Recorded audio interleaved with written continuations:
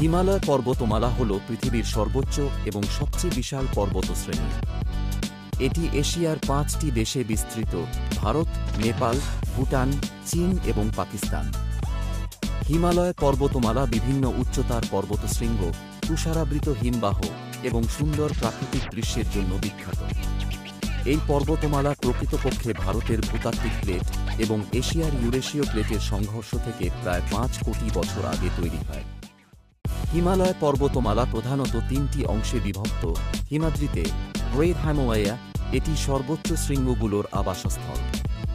এর মধ্যে রয়েছে mount Everest 8848 metre, Kanchenjunga 8586 metre এবং মাকালু 8485 মিটার।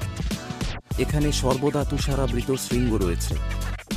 মধ্য হিমালয়, মেরো হিমালয়া, এটি পর্বতগুলোর মধ্যবর্তী অঞ্চল। পর্যটকদের জন্য গুরুত্বপূর্ণ